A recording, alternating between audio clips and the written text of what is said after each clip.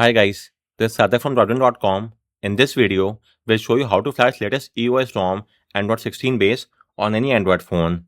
So please back up all your data and then let's get started. So first and foremost, you have to verify if your phone supports the GSI ROM or not. And for that, it should be triple supported. So let's see if your phone is supporting this or not. For that, it's quite easy. Just install one single app, which is Triple Info app from F-Droid or Play Store. So let's install the app and then launch it. File manager is over here. Agree, allow all.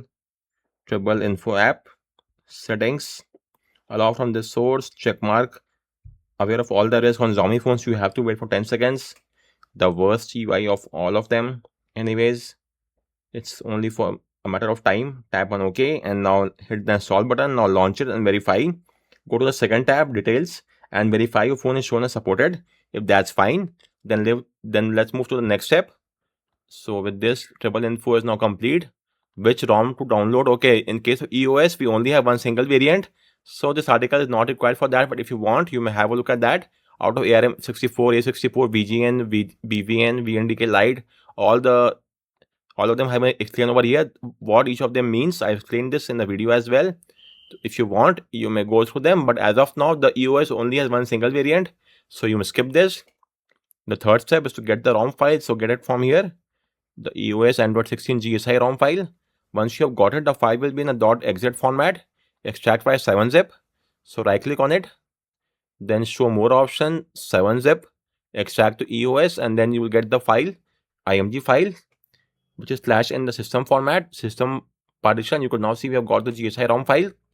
Once that is done, let's move to the next step. So now, get the Android SDK from my article, extract them onto your PC. Upon doing so, you will get the following files as you could see. Once that is done, now enable USB debugging and OEM unlocking. OEM unlocking is required to unlock the phone, and USB debugging is required for ADB command. So on your phone, first off, go to settings. Then from there, okay, just a second. There, go to about phone and type on build number or OS version 7 times. Once that is done, go back and go to system, then dev options and enable OEM unlocking as well as USB debugging. Again, on Xiaomi phone, you have to wait for 10 seconds. So please do so and then check mark aware of all the risk and then tap on OK. That is only for the Xiaomi, Poco, Redmi and MI phones. And after this, you might get one more prompt. So tap on OK or allow. And with this, the debugging is now enabled. But let's first verify it as well. For verification, type in CMD in the address bar of platform tools over here. Hit the enter key. Then type in the command of ADB devices and verify you are having an ID. So you could see we are having this ID. So if that's all fine, let's move to the next step. Now you have to unlock the phone. For unlocking, the steps will vary depending on the phone which you are using. For the Nothing, the Pixel and the OnePlus, it's quite easy. Just boot a phone to Fastboot mode and use the Fastboot flashing unlock command.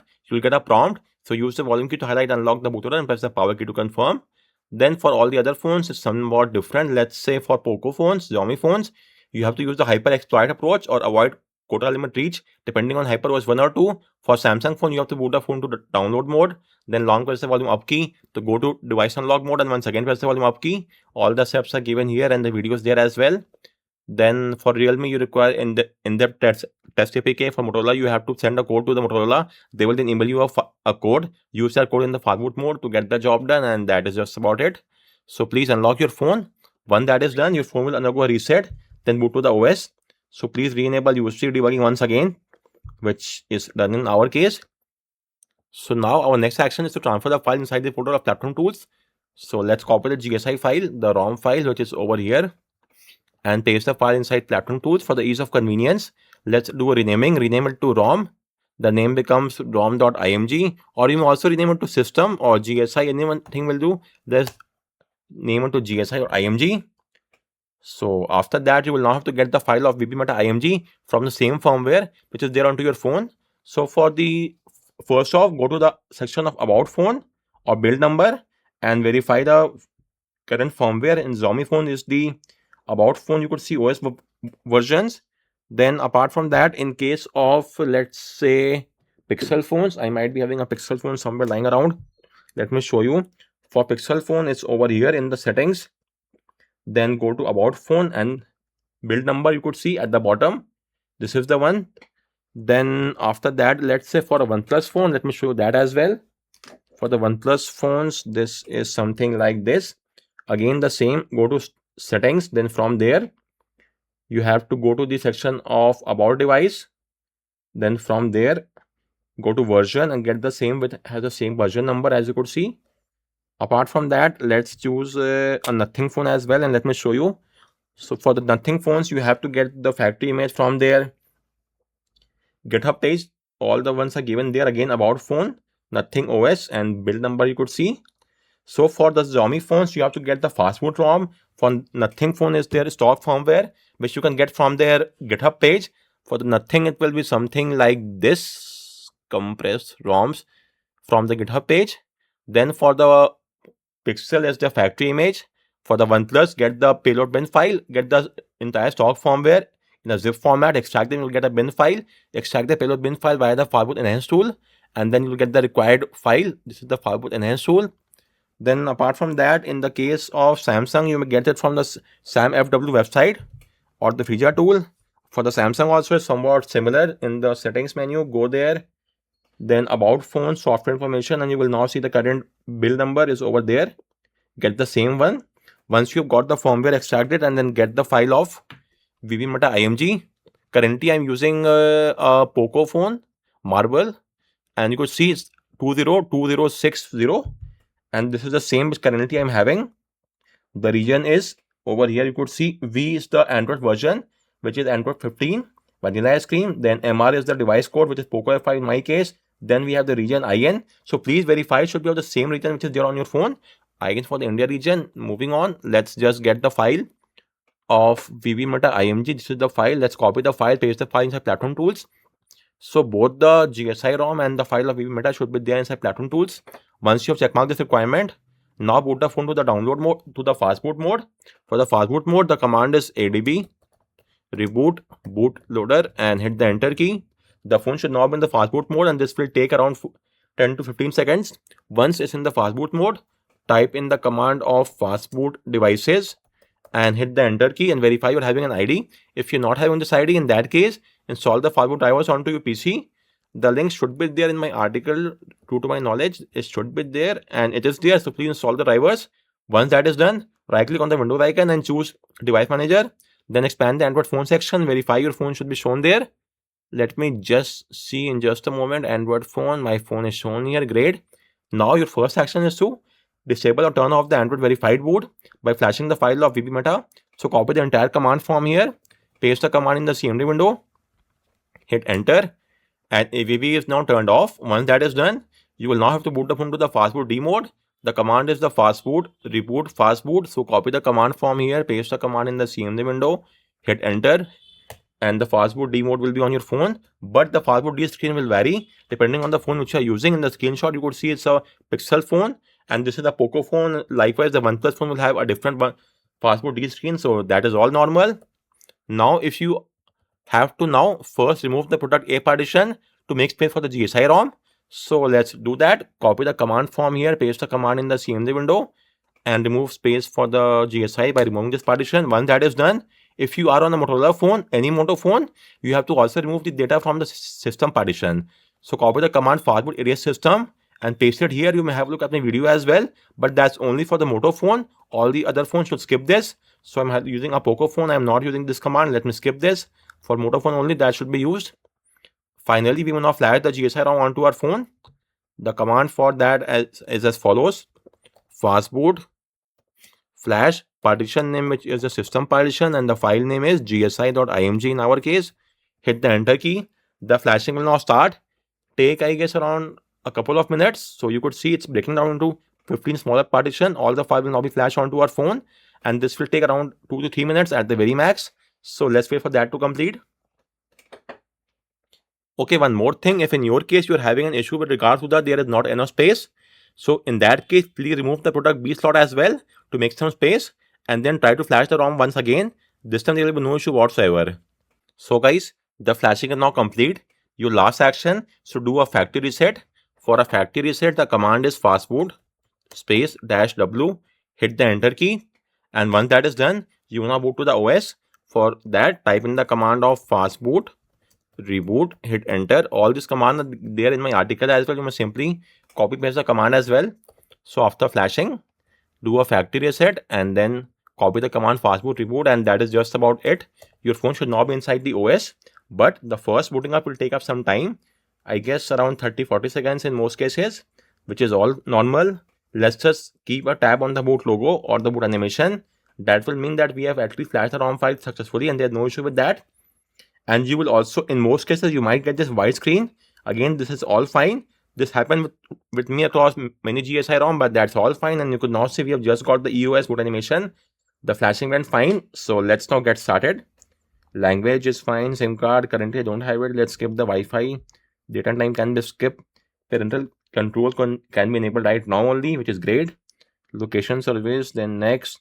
So you may set up a pin as well. Let's skip this for now. Find my device can be activated from here only. Again, great. Let's choose the dark theme. Then next, and gesture navigation is fine for me. Sync your cloud account, not now. Let me skip this, and that is just about it. We are now inside the OS, the latest EOS. You could see all these app icons. So app launch, calculator, calendar, clock, contacts, files, these all are there. Okay, by default it's swipe to on the home page. There is no app drawer. You might be able to enable that. I'll have a look at that. The app launch is like the app store for a phone, the Play Store. If you want to tweak any settings, you may go to Treble Info and from there tweak it as per your requirement if there's any issue. So I have an article for the GSI issues as well. Simply open this article, the third one, and over there is the fix for all the types of issues are given, and all the tweaks can be done from this page only. For example, if the 4G and voice over LTE is not working, in that case you may go to the Qualcomm settings from here, and then okay, not the Qualcomm, I guess it's the IMS settings. So from here you may make an IMS network, install the IMS APK, then enable both the toggles. After that, go to *#* INFO ##, and then go to phone information, and from there you may choose the voice over NR, voice over LTE, or NR 5G, 4G. All the tweaks are given for the 5G SMS Bluetooth calls. You may see fingerprint brightness can be fixed from these tweaks, but only do if you know what you are doing, or else it might lead to some issue. So skip that if you're not aware of the tweaks from here. Then let's go back for now, and over here are all the tweaks. For example, your cloud account, advanced privacy, block all the app trackers and ads on your phone will be blocked by default. You may fake a Geo Location and use a different IP location as well. That is great from the privacy point of view. Weather can be added. Currently I'm offline, so that is why it's not shown here. Then you may also add other widgets from this section if required. Apart from that, let's see the Treble Info settings. Let's open the settings app, and this colorful looks quite nice. System updates, you may install the OT update directly from here. You could see apply manual or refresh URLs and find it online as well. Accounts can be added from here. Connected devices, apps, notification, modes, DND and sleeping modes, the battery, storage, sound and vibration, display, lock screen, screen timeout, dark theme, pure black is there as well. Well, anything changed? I don't think anything has changed over here. This might require system UI restart, and only then that will work. No issues with that. Peak 120 Hz is fine. Minimum also, let's keep it at 120. This will give you a much better UI experience, but then will also lead to battery drainage much faster. Tap to sleep is working. Tap to wake, double tap to wake. Okay, double tap to wake will have to be enabled from this section, I suppose, in the OEM settings. DT2W, and let's now see. Tap to sleep, double tap to wake is working now. Great. Moving on. Next up, wallpaper and style section. This is the new UI. Lock screen icons in the status bar can be changed from here. Let's say rounded, and it's applied, as you could see. What is this white icon? Okay, one-handed mode, I suppose. Well, I was not requiring this. I wanted to be the maximize completely. So this is what, now it's fine. I have to turn that off because I don't like the white line at the top of notifications. I'll see what can be done for that. Then in the home screen, you may change the color contrast, average size. I used okay, only 2 are there. That's really strange. I used a 5x5, but for now I guess that's just not possible. Anyways, no issues. Icons we have seen. Font style can be changed from here as well. Let's choose any random one. That's not a major issue for me. Icon shapes. Pebble is the one which I always use. So let's go with that one only and apply. And it's now applied. Change wallpaper, on device wallpapers. There are a lot of wallpapers. That's great to see. For now, let's stick with the default only. Then after that, security and privacy. You may add device unlock, privacy controls, dashboard, more privacy. From here, open keychain. I am not quite sure what is this one. Create my keychain. Okay, if you're not sure, then better to skip it. I don't have currently any keys set up. No issues with that. Device admin, app pinning. You may also pin an app. Find my device, location, safety, systems. What is over here in the button section? Invert layout for 3-button navigation. You may do so. Edge long swipe action. For example, let's say launch the camera app and it's working great. For now, let's close this. This tends to conflict with the back gesture, so I keep it at no action always. Power menu, advanced restart. And what all we have at stake. So Fastboot system and recovery. System UI is not there, but not a major cause of concern for me. It's fine. Then status bar tweaks can be done from here. Quick pull down, let's say right hand side. And it's working great. Clock positioning is left fine. Show seconds at the time. You may see at the top left it's not being shown. Battery style is fine. Icon portrait, battery tech inside the icon. Then brightness slider can be shown. I'm not a fan of this older UI style of the tiles. I was expecting a new one which is in the QPR 1 or 2 base, but currently that's not there. About device sections are over here, and apart from that, you may access the settings menu of the privacy, advanced privacy, and you may keep a track of all the stats, what all apps are being tracking, having the trackers, which type of trackers are being used by the app in the last 24 hours, months, or even years. Manage the app trackers, enable or disable the geolocation or hide your real IP address. The wall of shame can be seen from here. That's a great name. And you may see the list of all the apps with trackers in the geolocation as well. You may fake the location and see. Use a random plausible location or a specific location. For example, you must set up to use a specific fake location or a random location every time for all of these apps. Or if you want one, for example, if you want the maps to use your real location, then you must turn this off and only the map will use real location. All the other will now use the fake locations. Then apart from that, let's go back and whether widgets are there, settings. So guys, that's all from this video. If you have any query, let me know in the comment section, and thank you for watching the video.